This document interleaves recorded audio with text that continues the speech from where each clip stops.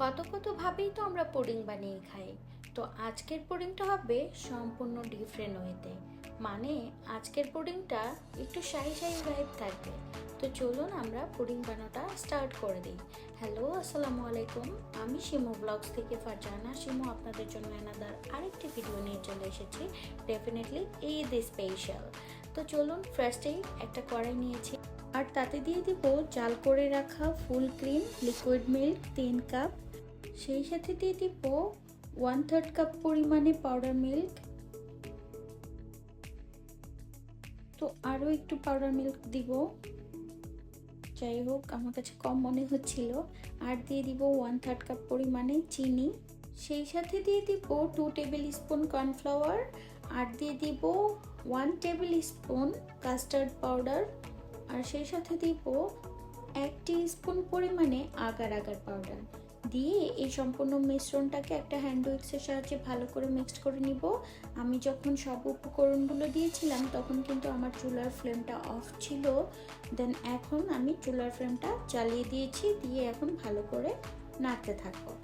এই মিশ্রণটা খুব তাড়াতাড়ি ঘন হয়ে যাবে, কেননা এখানে agar agar powder, cornflour, custard powder সব উপকরণই আছে। তো এই কারণে অনবরত নাড়তে হবে, কোনোভাবে এটা যেন দলা পেকে না যায় বা জমে না যায় বা নিচে লেগে না যায়। পৃথিবীর সবচেয়ে সহজ রেসিপি মনে হয় আমার এটা, কেননা এটা বানাতে ওরকম আহামরি কোনো প্যারা নাই, অনেক বেশি কষ্ট কিচ্ছু নাই, এবং হেলদি অ্যান্ড টেস্টি সব গুণে গুণান্বিত এই রূপবতী পুডিংটা। তো এটা আপনারা বাসায় অবশ্যই ট্রাই করবেন। তো আমার মিশ্রণটা দেখুন অলরেডি হয়ে গেছে, এখন এটা আমি নামিয়ে সার্ভ করতে চলে যাব। তো চলুন, এখানে আমি এরকম একটা মোল্ড নিয়ে নিয়েছি আর এটাতে ফার্স্টেই আমি বাটার ব্রাশ করে দিয়েছি।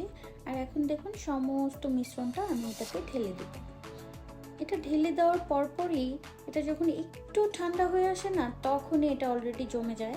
আপনি চাইলে তখনও এটাকে আনমোল্ড করে ফেলতে পারবেন, কিন্তু না, আমার এত তাড়া নেই। আমি এটাকে রাতে বানিয়েছি, আমি সকাল পর্যন্ত আমি এটাকে রেফ্রিজারেটরে রেখেছিলাম।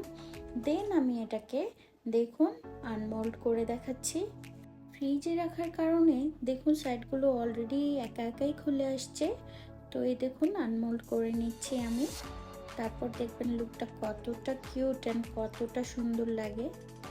তো মাশাল্লাহ আনমোল্ড হয়ে গেল। তো এখন উপরে আমি একটু পাউডার মিল্ককে ছড়িয়ে দেন এটাকে কেটে আমি খেয়ে দেখাচ্ছি। যত যত পুডিং ক্যাটাগরির ডেজার্ট আছে আমি বলবো তার ভিতরে বেস্ট বেস্ট বেস্ট।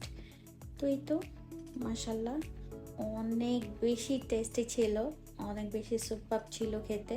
তো আপনারা অবশ্যই বাসায় ট্রাই করবেন। আর আমার ভিডিওটি যদি ভালো লেগে থাকে তাহলে অবশ্যই like, comment, share and subscribe করে পাশে থাকবেন। আল্লাহ হাফেজ।